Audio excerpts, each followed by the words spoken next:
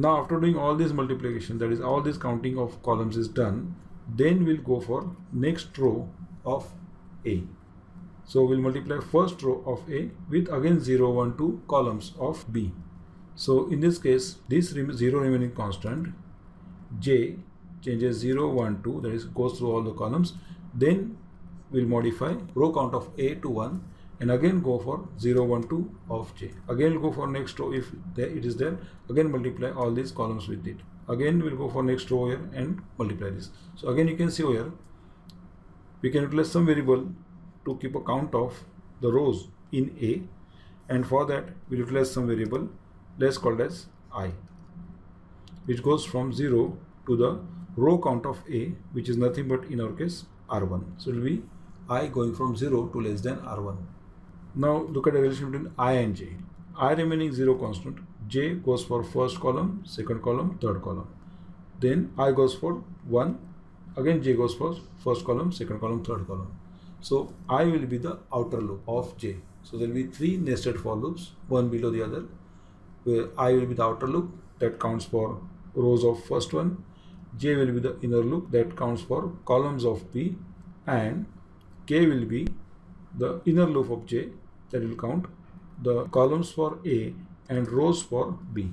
Now if you look at this entire construction over here, you can see you are multiplying using these variables I, K over here, again K over here, and J over here.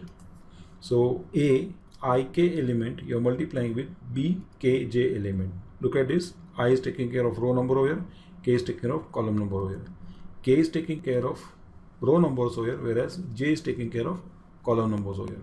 So every A of I, K element you are multiplying with B of K, J element, and that is how we'll get the multiplication. Now this is written in short. Obviously we'll write a complete program to get the final answer. Now that I'll try and write with explanation over here. Okay, now looking at this construction, let's try and write 3 for loops and how the multiplication will be done.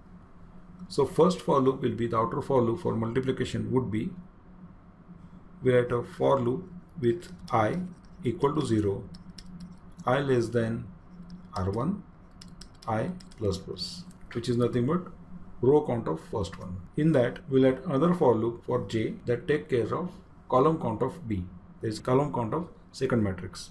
So that will be a for loop J equal to 0, J less than C2, that is column count of second matrix, J plus plus, then some coding over here in the for loop, and this for loop will have another for loop for taking care of this 0, 1, 2 and 0, 1, 2, that is columns of first, or we can say rows of second. Now before that, just to check the working over here, we'll be adding 0, 0, 0, 0 plus 0, 1, 1, 0 plus 0, 2, 2, 0, and we'll be putting the answer over here. Now it is a sum is equal to sum plus number, and that will be in the loop.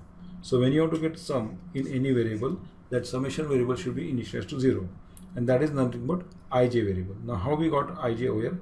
Look at this. M will have R1 number of rows and C2 number of columns, and R1 is counted by I, so you will use I variable over here as a row index variable, and for C2 we are using J variable, so we'll use J variable as a column index variable for M.